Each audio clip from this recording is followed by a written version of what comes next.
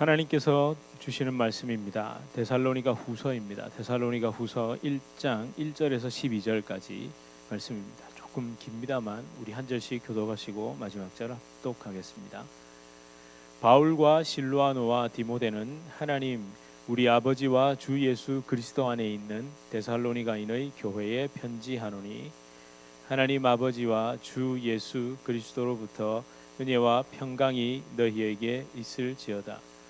형제들아, 우리가 너희를 위하여 항상 하나님께 감사할지니 이것이 당연함은 너희의 믿음이 더욱 자라고 너희가 다 각기 서로 사랑함이 풍성함이니, 그러므로 너희가 견디고 있는 모든 박해와 환난 중에서 너희 인내와 믿음으로 말미암아 하나님의 여러 교회에서 우리가 친히 자랑하노라.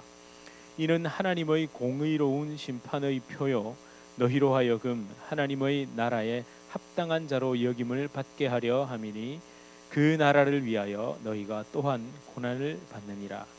너희로 환난을 받게 하는 자들에게는 환난으로 갚으시고 환난을 받는 너희에게는 우리와 함께 안식으로 갚으시는 것이 하나님의 공의시니, 주 예수께서 자기의 능력의 천사들과 함께 하늘로부터 불꽃 가운데에 나타나실 때에 하나님을 모르는 자들과 우리 주 예수의 복음에 복종하지 않는 자들에게 형벌을 내리시리니, 이런 자들은 주의 얼굴과 그의 힘의 영광을 떠나 영원한 멸망의 형벌을 받으리로다.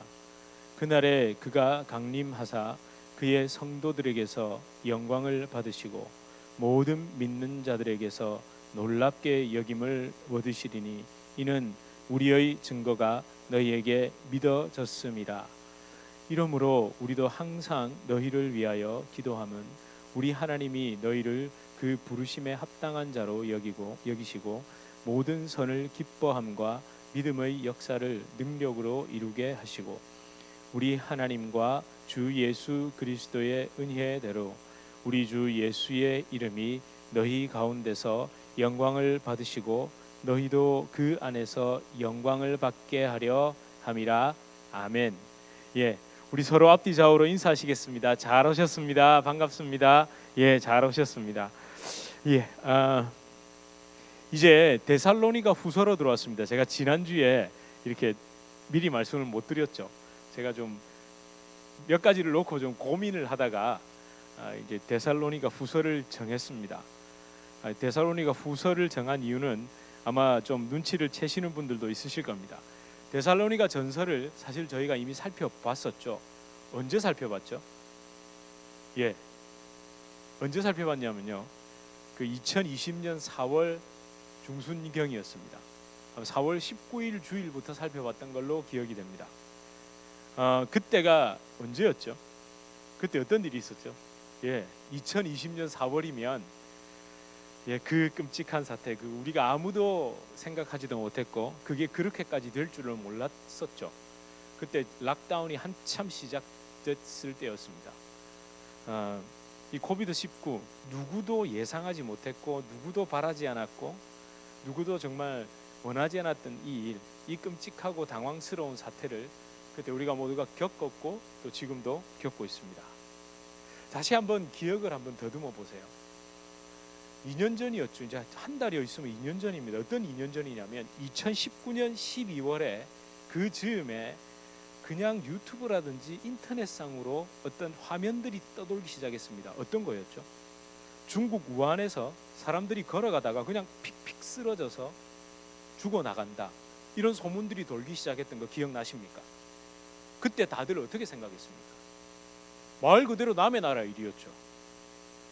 남의 나라 일이었고 그것이 코로나 바이러스의 변종이었고 그걸로 인해서 중국 우한에 그런 일이 있었다라는 게 막 퍼지기 시작하니까 어떤 이야기가 막 돌았습니까? 특별히 교회에서 무슨 이야기들을 많이 했죠?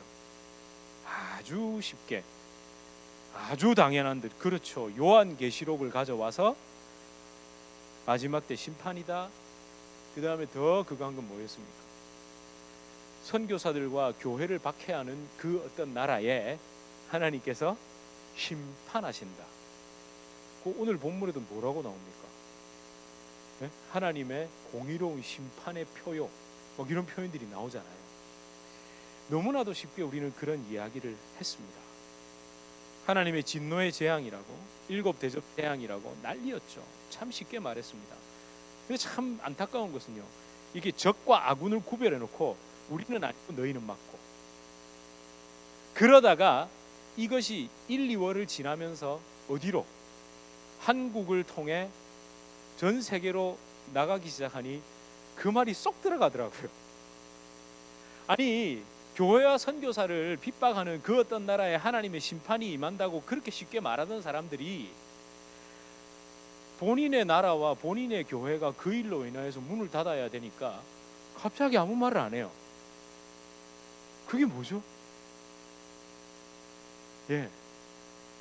아니, 이런 걸 제가 지금 분위기 썰렁해지자고 하는, 아니, 너무 제가 아픈 기억을 꺼내듭니까? 아니, 제가 지금 아픈 기억을 꺼내들자는 게 아니라, 그러는 지난 2년여의 시간 동안 여러분 무슨 생각을 하시고 어떻게 지내셨습니까? 그렇게 남 얘기로 하다가 그게 우리에게 닥쳐오니 전부 다 살아남기 위해 급급했죠. 살아남기에 급급했습니다. 그러니까 무슨 코로나 바이러스가 7 대접 재앙 중에 하나다 아니다, 제가 지금 이 얘기를 하려는 게 아니라, 결국에는 우리는요, 그게 내 앞에 딱 닥치니까 그저 그냥 그 저주와 재앙을 피하려고 신앙생활을 하는 우리의 그런 모습이 그대로 드러나더라는 거죠. 그걸 우리도 모르게 스스로 증명해버린 거죠. 여러분, 요한계시록이라든지 재림을 생각하면 오늘 제목도 뭐라고 되어 있습니까? 재림. 그때 우리는 뭘 하고 있을까요? 우와, 사실 이런 제목을 달아놓으면요, 조회수가 올라갑니다. 이 제목으로 낚시하기, 제가 그 데살로니가 전서할 때 진짜 실제로 있죠, 그런 제목들을 달아보니까 그런 제목들은 몇백 건도 나와요. 뭐 이건 뭐 시골, 여기 시골은 아니다 이렇게 표현 안 할게요. 무슨 미국에 여기 아무도 모르는 이런 동네가 있는지도 모르는 그 웬 목사가 그런 걸 해도 아무도 설교를 해도 관심 안 가지다가 재림 뭐 이런 거 있잖아요. 휴거, 제목도 휴거라고 막 달아봤거든요. 조회수가 막 올라가요. 아마 보고 난 다음에 별로 이제 반응은 안 좋았을 거예요. 그런 휴거 이런 데 관심 있는 분들의 생각을 깨버렸거든요. 어쩌면 우리는 요한계시록이나 재림을 생각할 때 무조건적으로 미래에 일어날 어떤 무시무시한 일로 생각합니다. 근데 그것만큼 어리석은 일이 없습니다. 사실은 이 계시록 있죠, 재림, 여러분 지금 저와 여러분의 삶 속에서 해석해야 됩니다. 우리가 역사 속에서 살아가는 동안 그 계시록에 일어나는 무시무시한 일 같은 그 일들, 사실은 거의 대부분 다 반복적으로 일어났습니다. 일어날 거고요, 일어나고 있고요. 수없이 전염병이 돌았죠. 안 돌았습니까? 아니, 과거에 흑사병이 돌 때 유럽 사람들은 계시록 꺼내들고 지금 우리가 얘기하는 그 얘기 안 했을까요? 했다니까요. 끔찍한 전쟁이 1, 2차 세계대전으로 끝났습니까? 유럽에서 30년 전쟁, 100년 전쟁이 일어날 때 특별히 유럽에서 30년 전쟁은 종교의 이름으로 일어났잖아요. 그때 그들은 그걸 보면서, 아니 생각 없이 30년을 전쟁했다. 30년. 여러분이 그 자리에 있었다고 생각하면 계시록이 그냥 다가오시지 않겠냐고요. 다가온다니까요. 그런데 어떻게 됐습니까? 제가 그러니까 이건 세기말적 현상으로 예수님의 재림 따위는 없다, 이 얘기를 하려는 것이 아니라, 제가 방금 무슨 얘기를 했습니까? 이 반복되고 있다고 말씀드렸죠. 그렇죠. 반복이라는 말에 주의하셔야 됩니다. 반복이라는 특징 때문에 우리는 뭘 놓칩니까? 경각심을 놓치고요, 깨어있지 않습니다. 도적이 임하는 것처럼 예수님이 오신다라는 그 말의 심각성을 우리는 받아들이지 않고, 사실은 그때 우리가 방심하는 그때 주님은 분명 오십니다. 그 무딘 영적 반응을 보일 때. 또 반대로 어떨까요? 현실에서 이미 반복적으로 일어난 일이 여기에 또 너무 심취하는 사람들 있죠. 막 그 일에 너무 심취해가지고 어떻게 됩니까? 정상생활을 못하죠. 정상생활을 못한다니까요. 자꾸만 어디 모이고 어디에 기어 들어가고, 이 두 가지 모두 다가 성경적인 반응이 아닙니다. 그렇죠. 코로나19로 난리를 치다가 지금 우리는 어떻게 됐습니까? 무뎌졌습니다. 아무렇지도 않아졌습니다. 이제 위드 코로나라는 말이 이제 일상화될지도 모릅니다. 이미 일상화됐죠. 그래서 저는요, 좀 더 조심할 생각입니다. 코로나 자체를 놓고 조심하는 게 아니라, 아니 보세요, 이게 과학적이고 의학적인 근거에 의해서 제가 생각하는 겁니다. 잘 보세요. 바이러스의 특징이 어떻습니까? 예, 추워지고 건조해지면 얘는 더 활발하게 움직이는 거 아시죠? 이건 코로나 바이러스뿐만 아니라 독감 바이러스도 다 마찬가지입니다. 그죠? 아니 그러니까요. 그리고 겨울이 되면 어떻습니까? 사람의 면역력은 떨어지죠. 떨어집니다. 아니 그러니까 독감을 조심하는 것처럼 우리 좀 더 조심합시다. 그게 나쁜가요? 잘못됐습니까? 아니죠. 좀 더 조심하고요. 좀 더 우리가 좀 자기 면역력도 갖추고 우리가 이렇게 살아가는 거 필요합니다. 그리고 다시 예수 그리스도의 재림, 그분의 다시 오심을 묵상하고 깨어있는 삶, 그 믿음, 그 깨어있음에 합당한 삶을 살기를 우리가 좀 더 노력해야 됩니다. 그죠? 그래서 제가 데살로니가 후서를 택한 겁니다.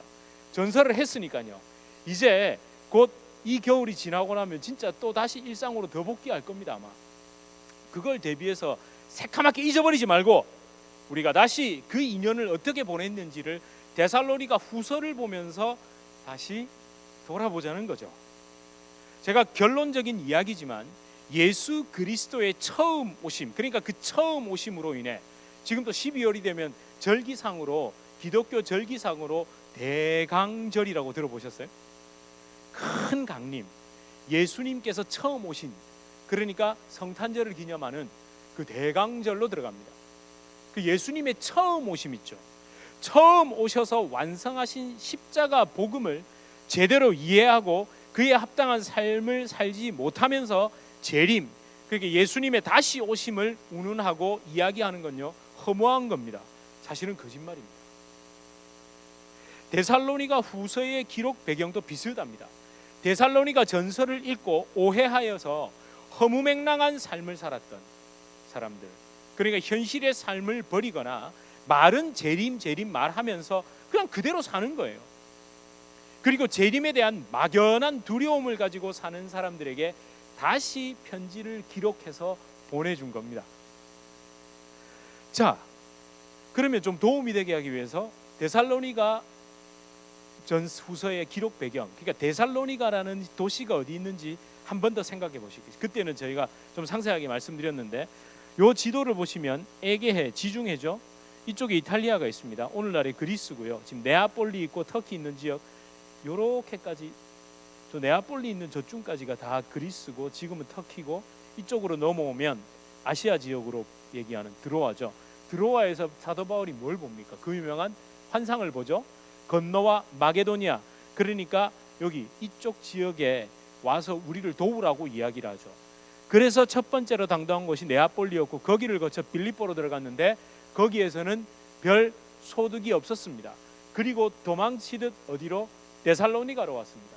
이 데살로니가에서 어떤 드디어 마게도니아의 첫 교회라고 할 수 있는 데살로니가 교회가 세워지죠. 근데 여러분 잘 아시다시피 우리가 지금 보고 있는 이런 조직체의 교회 아닙니다. 건물 있고 이런 게 아니고, 바울은 항상 어디 가서 전했다고요? 유대인의 회당에 가서 예수님을 전했다는 걸 잊지 말으셔야 됩니다. 그러니까 유대인들이 오해하고 있는, 잘못 알고 있는 대속의 개념과 그들의 구원관을 깨뜨리고 제일 먼저 그들에게 복음을 전했습니다. 그 중에는 이방인들인데도, 그러니까 로마 사람, 그리스 사람인데도 유대교에 들어와 있었던 사람들도 있었고, 원래 유대인으로 살았던 사람들도 있었고, 여러 가지 사람들이 유대인 회당에 있었습니다. 그러니까 사도 바울은 유대인 중에 유대인이고, 유대인 중에서도 제일 대단하다는 그 가말리엘 문학에서 공부를 했던 사람이니까 회당장에게 가서 누구세요? 예, 저 바울입니다. 뭐 하시는 분이셔서? 사실은 제가 가말리엘 문학에서 그 선생님 제자세요. 그러면 와서 뭘 좀 전해주세요. 말씀 좀 전해주세요. 이렇게 되잖아요. 그러면 그는 뭘 전했을까요? 구약을 반드시 전했습니다. 왜냐하면 사도 바울이 활동하던 그 시기에는 뭐가 없었죠? 신약 성경이 없었습니다. 그러니까 제일 먼저 자 구약을 펴보십시오 하고, 그래서 미리 좀 읽어보시면 데살로니가 후서에 있는 내용은 다니엘서의 내용입니다. 그걸 요약해서 이야기하는 겁니다. 그러니까 다 이러는 거죠. 자, 다니엘서 한번 펴보실래요? 이러면서 그럼 읽을 거 아니에요. 자기들 다 알고 있죠. 자, 마치 제가 여러분들에게 말씀드리는 것처럼 자, 한번 읽어보세요. 그걸 지금까지 어떻게 이해하고 계셨죠? 그렇게 이해하셨습니까? 맞긴 맞는데요. 여기서 조금만 더 들어가 봅시다 하고, 그걸 누가 완성했다? 여러분들이 그걸 그렇게 원하는 그 대속, 속죄의 완성을 누가 했다? 예수 그리스도께서 하셨습니다. 이 얘기를 전했다고. 그걸 받아들인 데살로니가 성도들, 그런데 역시나 아니나 다를까 유대인의 회당들이나 그 회당의 지도자급들은 누구를 박해하겠습니까? 바울을 박해하죠. 그래서 바울은 도망치듯 아덴까지 내려와 고린도까지 갑니다. 바로 이 고린도에서 데살로니가 전후서를 기록했다고 이야기하고, 사도 바울의 극초기 서신서, 가장 처음 기록된 서신서 크게 세 가지를 뽑으라면 갈라디아서, 데살로니가 전서, 후서입니다. 근데 이 데살로니가 전서, 후서는요 약 1년 정도 시간차를 둡니다. 그러니까 바울이 먼저 와 있었고, 아까 말했던 실로아노와 디모데, 그 중에서 디모데는 데살로니가에 남아 있었습니다. 그리고 디모데가 누구에게? 고린도로 피신가 있는 바울에게 데살로니가 교회의 소식을 전했습니다. 그래서 첫 번째 편지를 써서 데살로니가에 보냈고, 근데 그 첫 번째 서신의 내용이 뭐였다고요? 재림에 대한 얘기, 예수 그리스도께서 반드시 다시 오실 것이라는 그 이야기가 기록되어 있는데, 그걸 읽고 한 1년여 지나면서 이 사람들의 삶이 어땠을까요? 바울이 생각한 것과는 다른 길을 가버린 거예요. 그 나중에도 말씀드리겠습니다만, 특히 현실의 삶을 떠나버린 사람들이 많았습니다. 아니 뭐 예수님 오실 건데 뭐 이래서 뭐하냐, 아니 뭐 어차피 뭐 다 그렇게 될 건데 하면서 현실의 삶을 놓아버린 사람들이 상당히 많았어요. 그래서 이 디모데가 그걸 자기는 감당이 안 됐나 봐요. 다시 갑니다. 큰일 났습니다. 첫 번째 편지를 읽고 오해한 사람들이 나왔습니다. 저 감당이 안 되는데요 하니까 두 번째 서신인 데살로니가 후서를 기록해서 보낸 겁니다. 자, 이 배경에서 한번 보세요. 이 배경을 가지고 3절에서 12절을 한번 보십시오. 아까 제가 읽었잖아요. 여러분 읽으셨잖아요. 어떤 마음이 드십니까? 이걸 가만히 읽어보니까 이 데살로니가 성도들의 신앙을 칭찬하는 것으로 보이시죠? 맞습니까? 아니 너희가 자랑이라잖아요. 모든 교회의 자랑이랍니다. 예, 맞습니다. 그리고 4절을 보세요. 뭐라고 합니까? 인내와 믿음으로, 너희의 인내와 믿음으로 말미암아, 그죠? 하나님의 교회에, 여러 교회에 우리가 자랑한다. 그리고 5절에서 10절을 보시니까 어떠세요? 성경을 보십시오. 성경 가지고 계시잖아요. 5절에 10절을 보니까 어떠세요? 예, 5절 하나님의 공의로운 심판의 표가 나오죠. 그리고 하나님 나라를 위해 받는 고난, 너희가 그렇게 고난을 받으니까 정말 하나님 나라를 위하는 사람인 것 같다고 말씀하죠. 그리고 6절에서 10절 한번 보세요. 이런 너희와 우리는 예수님의 재림 때에 뭘 누린다고 되어 있습니까? 예? 안식을 누린다고 되어 있죠. 안식을 다 누리고, 너희와 우리에게 환난을 준 저 사람들은 뭘 한다? 뭐 어떻게 된답니까? 환난으로 갚는다고. 그리고 영원한 멸망의 형벌을 받을 거라고 이렇게 기록되어 있습니다. 그런데 항상 기억하셔야 될 게, 이걸 읽고 그러면 그렇지라고 생각하면 뭐라고요? 바보입니다. 그거니까 나 정말 잘하나 봐 이러면 안 된다니까요. 이게 뭐지? 이거 다시 봐야 돼요. 그러니까 사도 바울이 그런 식으로 데살로니가 성도들 우쭈쭈쭈쭈 어유 잘한다 이거 해주려고 이걸 기록한 게 아닌데요. 아닙니다. 사도 바울을 통해 성령 하나님께서, 예수님께서 그들에게, 데살로니가 성도들에게 또는 우리에게 지금 하시고 싶은 그 말씀, 그 본심, 그 마음, 기록된 글자 속에 담겨있는 마음을 읽어내야 됩니다. 꼭 그걸 읽어내야 됩니다. 오해를 불러일으키기 쉬운 문자적 표현 중에 가장 으뜸이 뭘까요? 하나님의 공의로운 심판의 표, 이렇게 딱 되어 있죠. 예? 아니 그리고 또 어떻습니까? 하나님의 나라에 합당한 자로 여김 받는 거, 합당한 자로 여김 받는 거. 자, 여러분은 하나님의 공의로운 심판의 표를 받고 싶으세요? 받고 싶지 않으세요? 어떠세요? 받고 싶은 분도 있고 받고 싶지 않은 분도 있을 겁니다. 자, 받고 싶은 분은 공의로운 심판의 표가 긍정적으로 다가오실 거고, 받고 싶지 않은 분은 공의로운 심판의 표가 괜히 뭔가 좀 찝찝한 거 아니야? 이럴 수도 있지 않을까요? 저는 그런데요. 자, 그러면 여러분은 하나님의 나라에 합당한 자로 여김을 받고 싶으세요? 합당하지 않은 자로 여김을 받고 싶으세요? 그렇죠. 당연히 다 그건 이제 합당한 자로 여김 받고 싶으시죠. 그렇다면 하나 짚어보겠습니다. 하나님의 공의로운 심판의 표가 뭡니까? 그러면 또 묻겠습니다. 하나님 나라에 합당한 자로 여김은 어떻게 하면 받을 수 있죠? 온갖 환난과 박해를 견디면 됩니까? 그렇게 하면 됩니까? 여러분, 빨리 우리 선교지로 나갑시다.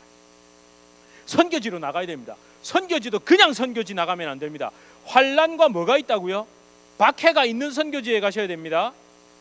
그러니까 예수님을 전하다가 걸리면 최소한 어디를 가는 곳? 감옥 가는 곳. 그런데 제가 옛날에 잠깐 몸담았던 모모 선교 단체가 있거든요. 거기에는요, 이걸 나눠놨습니다. 선교지를 검은색으로 표시된 곳이 있습니다. 거기가 어떤 곳이냐면요, 가면 예수님 전하다가 걸리면 최소한 감옥입니다. 또는 사형입니다. 그런 데는 검은색으로 표시해두고, 그 다음에 추방당한다든지 아주 좀 심각한, 그러니까 뭐 좀 그런 아주 신체 위협을 받는다라든지, 국가에서는 탄압하지 않아도 그런, 왜 국가에서도 그렇게 하거든요. 대놓고 나라 법으로 그 사람을 공식적으로 추방하고 감옥에 보내면 외교적 문제가 발생하잖아요. 그러니까 민간에다가 맡겨두는 거예요.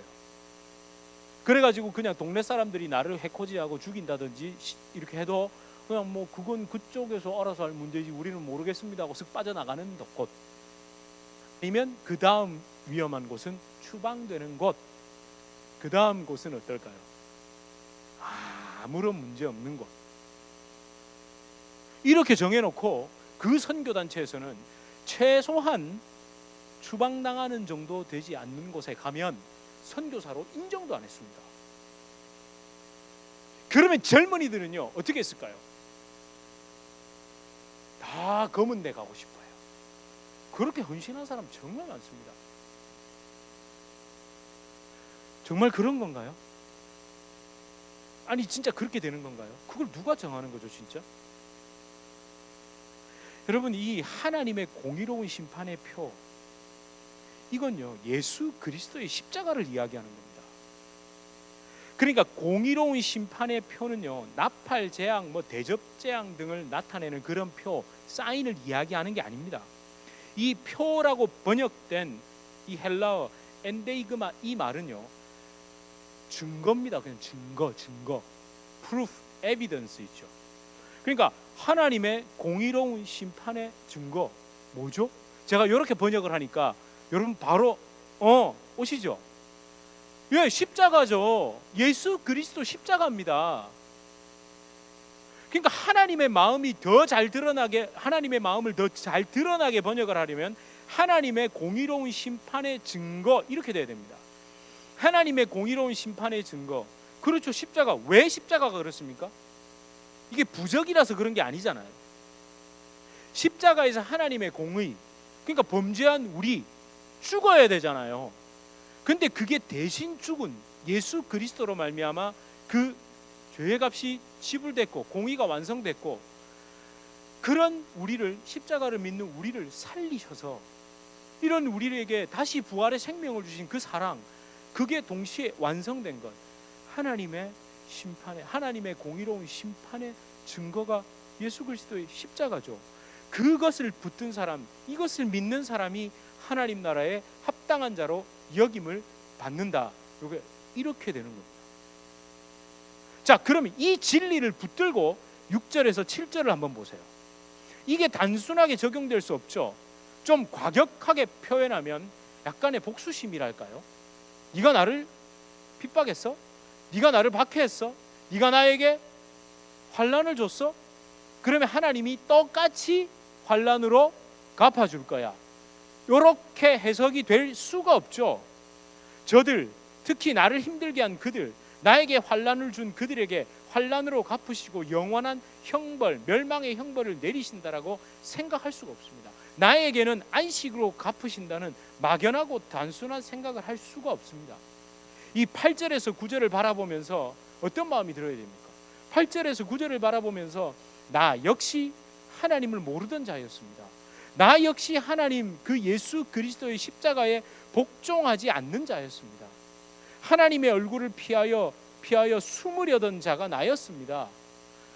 그의 힘의 능력, 그 생명으로 이끄시는 힘을 거절하는 자가 나였습니다. 이렇게 나오게 되어 있죠. 이런 근원적인 사실, 근본적인 사실, 거기에서 자기를 빼놓을 수가 없다는 겁니다. 그래야 10절이 더 다가오실 겁니다. 원래 저와 여러분은 하나님의 얼굴을 피하던 자였습니다. 도망다니던 자였다니까요. 그 은혜를 피해서 어떻게든 빠져나가려던 자였고, 그렇게 하나님의 근유를 벗어나려던 자였는데, 이게 어떻게 10절을 보니까 어떻게 다가온다? 뭐라고 기억합니까? 10절 한번 읽어보실래요? 8절에서 9절을 한번 제가 띄우는 10절 한번 읽어보세요. 시작. 그날에 그가 강림하사 그의 성도들에게 영광을 받으시고 모든 믿는 자들에게서 놀랍게 여김을 얻으시리니 이는 우리의 증거가 너희에게 믿어졌음이라. 이게 이제 어떻게 다가오세요? 예?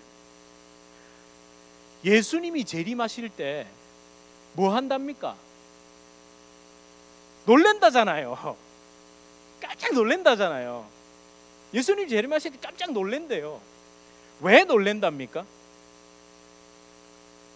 그 증거, 그 십자가가 나에게 믿어진 게 너무 놀랍게 다가온대요.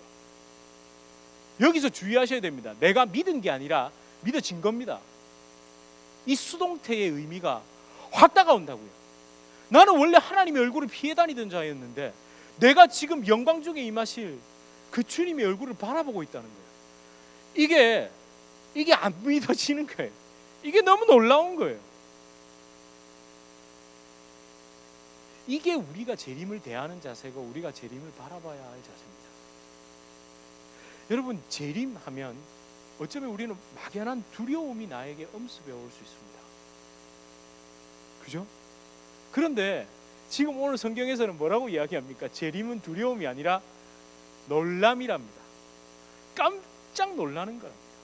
하늘과 땅이 뒤집어지고 우리가 생각하는 뭐 이상한 초자연적 현상이 일어나고 막 신적인 영광이 임하니까 놀라는 게 아니라 내가 예수 그리스도의 십자가 복음으로 구원받은 것에 놀랜대요.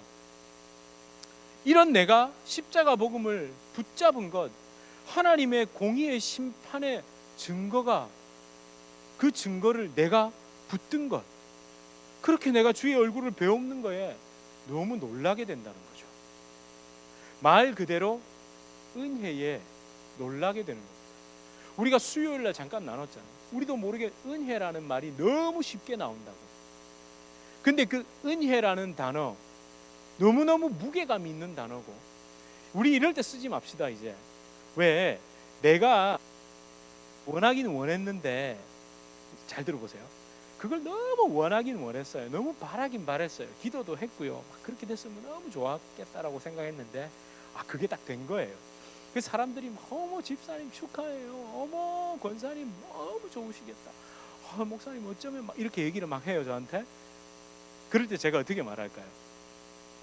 하나님 은혜죠. 제가 이렇게 얘기할 겁니다. 그죠? 그래야 저는 뭐 어떤 목사가 됩니까? 겸손한 목사가 되잖아요. 아닙니까? 그럴 때 우리도 모르게 은혜라는 말을 어떻게 합니까? 참 이런 표현 써서 너무 죄송합니다. 남발합니다. 은혜라는 표현을. 그런데 그날 제가 저희 아이 얘기를 잠깐 드리면서, 뭐 미리 들으신 분들은 이해해 주십시오. 한 번 더 제가 말씀드릴게요. 이 아이가 저한테 뜬금없이 밥 먹는데 아빠 은혜가 무슨 뜻이에요? 이러는 거예요. 여러분 자녀들이 애고 어린이걸 떠나서 갑자기 그렇게 여러분에게 질문하신다면 여러분 뭐라고 말씀하시나요? 저 진짜 밥 먹다가 칵 체하는 줄 알았습니다. 멀리는 밥 먹는데 그런 걸 묻냐 이렇게 말할 수도 없고, 정말 다행스럽게도 제가 그날 차를 타고 오가는 그 속에 저도 모르게 정말 은혜는 무엇일까? 그 너무 단순한데, 아니 여러분 제가 종이 한 장씩 나눠드리고 은혜에 대해서 서술하시오 이러면 뭐라고 서술하시겠어요? 아닐 수도 있습니다. 뭐 이걸 사실 은혜라는 것을 신학적인 용어로 어떻게 서술을 할까요? 근데 제 마음속에 울리는 건 딱 이거였습니다. 전혀 받을 그 어떤 근거도 없는 나에게 주어진 가장 좋은 것. 근데 그 가장 좋은 것은 우리가 생각하는 그런 거 아닙니다. 그 예수님이 나와 함께 계시는 것. 근데 제가 말씀드릴게요. 뭐가 중요합니까? 가장 좋은 것이 중요합니까? 은혜라고 이야기할 때 가장 좋은 것이 중요합니까? 전혀 받을 그 어떤 근거도 없는 나가 중요합니다. 가장 좋은 것이 여러분의 노력과 여러분의 어떠함에 의해서 와진다면 그건 공로지 은혜가 아닙니다. 그건 당연한 거잖아요. 여러분 그렇게 노력하셨는데 당연히 받을 만하잖아요. 근데 나는 받을 어떤 근거도 없었는데 그게 나에게 주어진 거예요. 그러면 거기서 세 가지 반응이네요. 첫 번째는요, 사실 이성적으로입니다. 너무 죄송해서 어찌할 바를 모를 겁니다. 두 번째는요, 너무 감사하죠. 그리고 세 번째는 깜짝 놀라죠. 그게 나한테 왔는데 얼마나 놀랍겠습니까?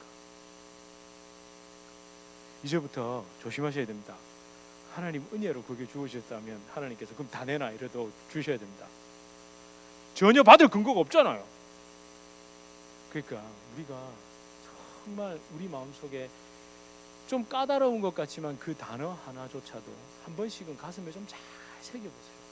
내가 어떤 생각으로 이 말을 뱉고 있는지. 오늘 제가 다시 한번 제목으로 돌아가 보겠습니다. 그 제목이 뭐라고 되어 있죠? 재림, 그때에 우린 무엇을 할까요?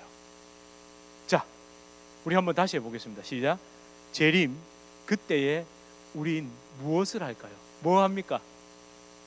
예, 놀랍니다. 예, 정답. 아유, 감사합니다. 아이고, 뭐 딴 거 얘기하실까 봐 얼마나 놀랍니다. 우리 막 깜짝 놀랍니다. 깜짝 놀랍니다. 그리고 놀라서 이 찬송을 부를 겁니다. 이 찬송. 네. 뭐죠? 아, 하나님의 은혜로. 그 뒤에 뭐라고 나옵니까? 이 쓸데없는 자라는 말이 무슨 이야기입니까? 전혀 받을 그 어떤 근거도 없는 자가 쓸데없는 자. 쓸데없는 자라는 말이 저 인간 쓸모가 없어 이거 아닙니다. 그 받을 어떤 근거도 없는 자입니다. 이게 나와 있죠. 이 찬송가요, 재림 찬송가입니다. 마지막 4절 뭐라고 얘기합니까? 주 언제 강림하실지 혹 밤에 혹 낮에 이렇게 돼 있잖아요. 저는 그리고 계속 여러분께 강조드릴 겁니다. 전 우주적인 종말, 말 그대로 예수님께서 오셔서 새 하늘과 새 땅을 이루시는 그 전 우주적인 정말을 통해 예수 그리스도의 얼굴을 뵈옵는 것보다 더 확실하게 예수님을 뵈옵는 종말이 있습니다. 저와 여러분의 개인의 종말입니다. 그죠? 아니 그건 그렇게 믿으면서 왜 예수님이 전 우주적으로 다시 오실 거에 대해서는 안 믿죠? 전 그게 이해가 안 돼요. 그리고 주 언제 오실지 더 중요하지만 내가 오늘 밤에 떠날지 내일 떠날지 아무도 모르는데 어쩜 그렇게 살 수 있을까요? 그게 신기하지 않습니까? 아니 그렇잖아요. 여러분들은 저보다 그게 더 다가오시죠?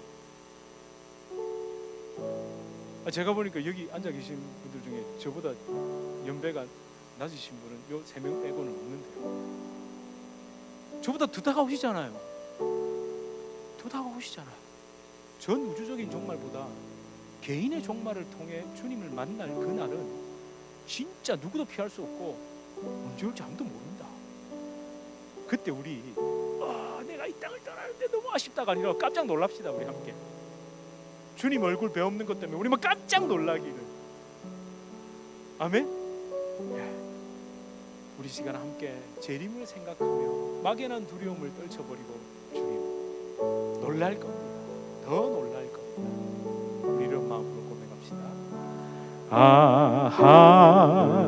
하나님의 은혜로 있을 데 없는 자 왜 구속하여 주는지 난 알 수 없도다.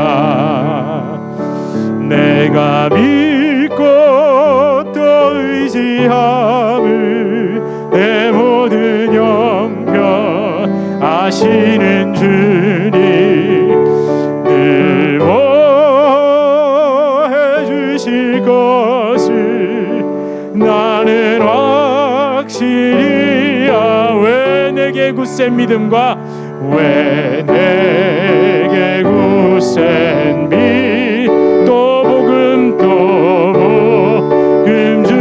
주셔서 내 맘이 항상 난 알 수 없도다. 날 수 없도다. 내가 믿고 또 의지함을 내 모든 형편 아시는 주님 늘 보해 주실 것을 나는 확실히 왜 내게 성령 주셔서 왜 내 성령 주 내 맘을 감동해 맘을 감동해 주 예수 믿게 하는지 난 알 수 없 내가 믿고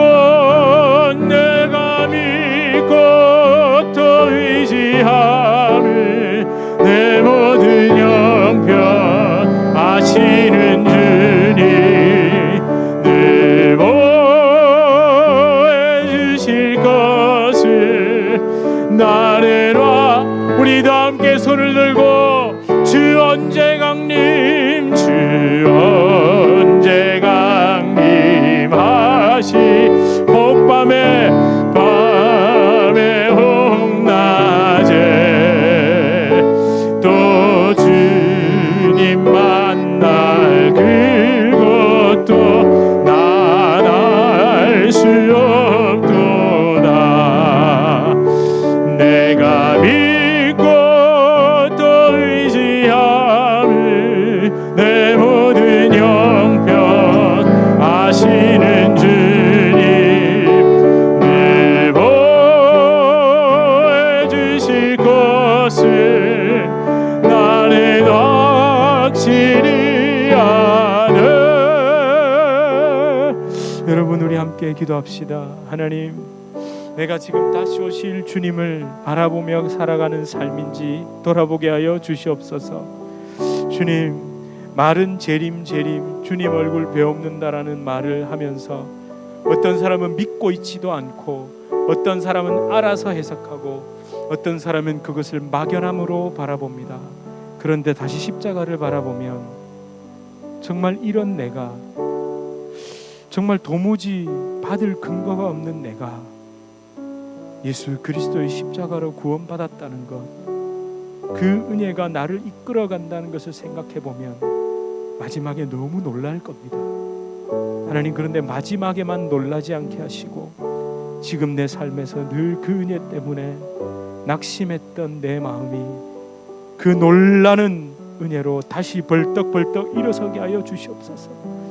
하나님 혹시나 이 코로나 사태로 코비드19 사태로 마음이 무너져 힘들어 있던 사람들이 있었습니까? 주여 다시 회복하게 하시고 다시 주의 일으키시는 능력으로 십자가의 은혜를 붙잡고 다시 일어서게 하여 주시옵소서.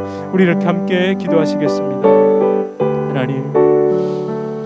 하나님 아버지 도와주시옵소서. 하나님 우리 성도님들을 불쌍히 여기시고 하나님 그 넘어지고 쓰러진 그 마음에 주여 하나님께서 그들을 도와여 주시고 다시 세우시는 일 보게 하여 주시옵소서. 하나님 아버지 두려움으로 대하는 것이 아니라 하나님 놀라 일어서게 하여 주시옵소서. 주여 하나님 한 분 한 분의 삶 가운데 주님이 친히 찾아가셔서 아버지 하나님 회복시켜 주시고 하나님 도무지 받을 수 없는 이 은혜가 하나님 나에게 넘친다는 것 때문에 하나님 다시 고백하고 일어서고 그 영혼의 놀라움이 나의 힘이 되게 하여 주시옵소서. 나를 일으켜 세우는 마음이 되게 하시고 하나님 그것 때문에 좌절하거나 쓰러져 넘어 있는 자들이 단 한 명도 없도록 주님 우리 성도님들의 삶을 붙잡아 주시옵소서. 내가 믿고 의지하는 것이 무엇인지 고백합니다. 내가 믿고 또 의지함을 내 모든 형편 아시는 주님 늘 보해 주실 것을 나는 확실히 아네. 하나님 마지막 재림의 때를 생각해 봅니다. 혹여나 우리 그냥 생각하기 싫었던 것인지 아니면 내가 알아서 생각했던 것인지 어쩌면 그냥 두려움 때문인지 그런 일이 있겠어라는 막연한 생각 때문인 건지 우리는 그것을 깊이 묵상하지 않았습니다. 그런데 하나님 오늘 내가 십자가 은혜를 다시 묵상한다면 처음 오신 예수님 그분께서 완성하신 하나님 공의로운 심판의 증거를 묵상한다면 그 예수 그리스도의 다시 오심이 분명 다르게 다가올 것이고 그 막연한 두려움이 아니라 우리 안에 기쁨 가득 기대 가득한 놀라움으로 다가올 것입니다. 주님 혹여라도 이 어려운 기간 가운데 하나님 쓰러져 넘어져 있었던 영혼들이 있다면 주님 다시 회복하여 주님의 일으키시는 힘 무엇보다 기대하게 하시는 힘을 따라 다시 일어서서 두벅두벅 믿음의 길을 걸어가게 하여 주시옵소서. 예수 그리스도 이름으로 간절히 기도드립니다. 아멘. 우리 주 예수 그리스도의 은혜와 하나님 아버지의 극진하신 사랑과 성령 하나님의 위로 교통 교제 충만케 하시는 역사 우리에게 진정한 재림의 그 의미를 깨닫게 하시고 놀라움과 그 기대감으로 살아가게 하시는 성령의 놀라운 역사가 우리 주님의 교회 성도님들과 주님의 교회로 불러주실 주의 귀한 자녀들 개인의 삶, 가정, 생업, 직장, 사업 하시는 모든 일 가운데 이제로부터 영원토록 함께 있을지어다.